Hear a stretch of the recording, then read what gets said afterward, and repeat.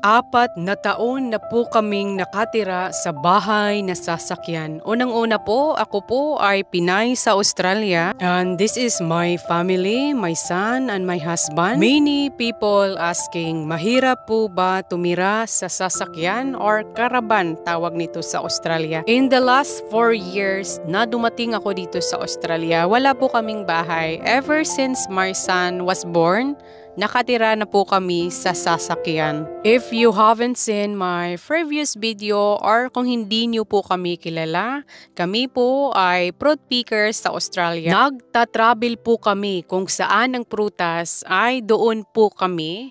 And it's more convenient and more practical na nakatira po kami sa caravan or bahay na sasakyan dahil parang mga NPE po kami. No permanent address. Maraming iba't ibang lugar ang pinupuntahan namin all year around. Mahirap nga ba tumira sa sasakyan bilang magpamilya?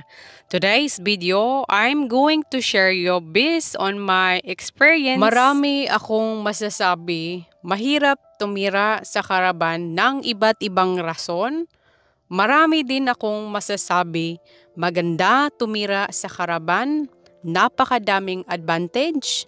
Magsimula po tayo. Anong pinakamahirap pag nakatira po kayo sa caravan? Unang-una na po, ito po ang pinaka-importante pag nakatira kayo sa caravan, yung facilities.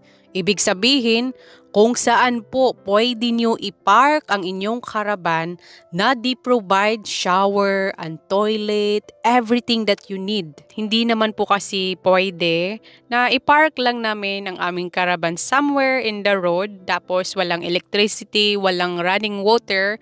Napakahirap po yun na situation. Ang caravan po ay masasabi mo talaga na hindi po siya kalakihan or hindi malaking space para tumira ang magpamilya sa caravan. Yung mga gamit nyo ay limited lang, meaning it will never the same like nakatira kayo sa bahay. Ang buhay caravan ay buhay traveling po talaga. We try our best na light lang po talaga ang mga gamit namin. Mga damit namin ay ilan lang, mga plato. So kung mahilig kayo sa mga collection, passion, hindi nyo yan magagawa pag nakatira kayo sa caravan kasi nakaka-stress pag maraming gamit when you traveling. So, you have to try your best na light lang ang mga gamit mo. So, parang tip ko na din ito based on my experience. Mas madaling i-manage ang inyong caravan pag walang masyadong gamit. Maraming pagsubok pag nakatira kayo sa caravan at marami din po kayong matutunan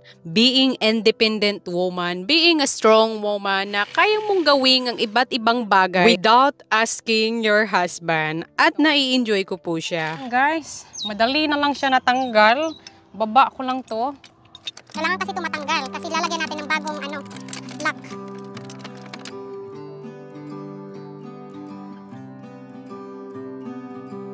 Maraming trabahong involved pag nakatira kayo sa caravan kasi yung caravan kailangan mo po yan hihilain ng sasakyan. So marami po siyang involved na trabaho to attach our caravan sa sasakyan. So ito po ang ginagawa namin, chine-check po lahat bago po umalis, ay i-check po lahat if it's all the indicators working at yung yung naka-attach po na caravan sa sasakyan, ito po yung 2-bar. So nakakonek na po lahat, safety na po siya. So yes, it's all good na. So we're ready to go. Hi po! So ngayon ay nagta-travel na po kami. Ayan, nandito na po tayo sa sasakyan. Say hi sa Fester. Purito niya talaga yung Granny Smiths. Yeah. Apple!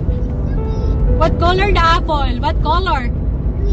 Green. Good job. Oh, you got how many? Oh, fingers. You got triangle? Really?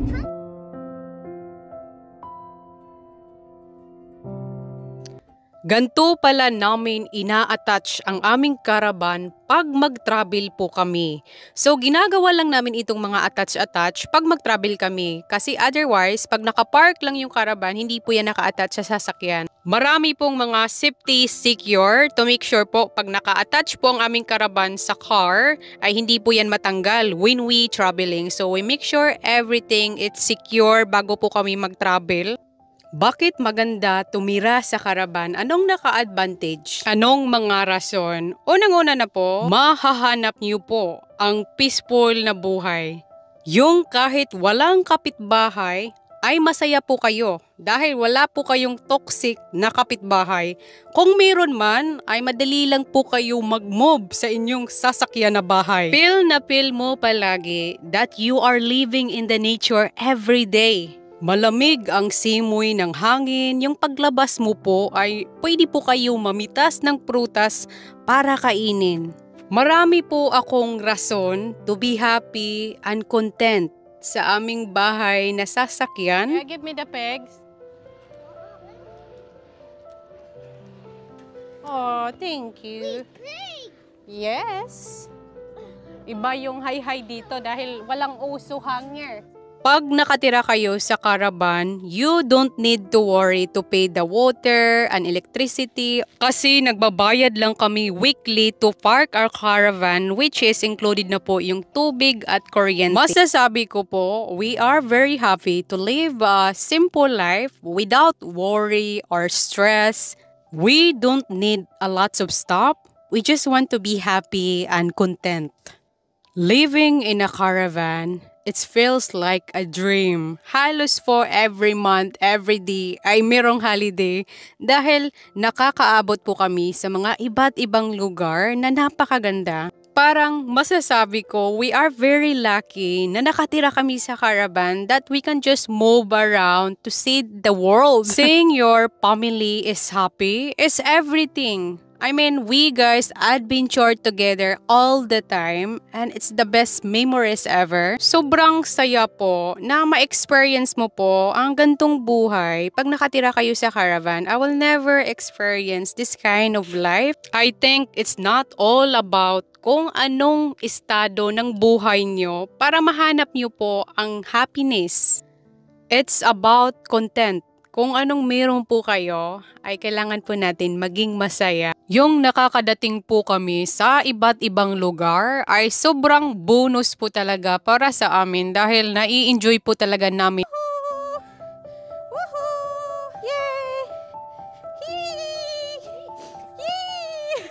Bumaba. La, grabe talaga yung dalawa, oh. Sobrang nag-enjoy si Sylvester. Slow down!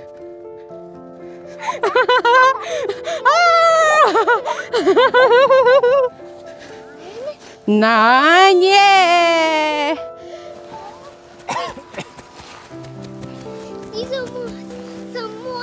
Grabe, mga ilang araw ata dito mag-snow. Timing talaga ang pagpunta namin dito.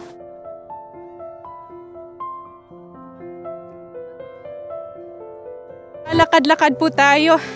Yung mga punuan, puno ng ice. I'm very warm guys sa damit ko.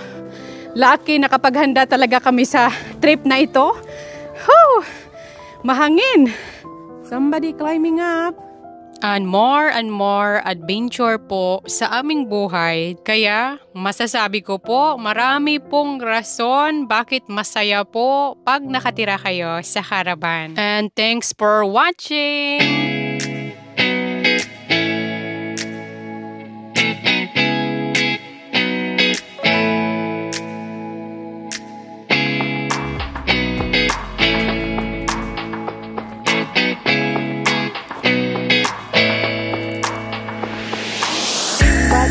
Energetic na. Tulog na. Sobrang energetic na pagod agad. Baba.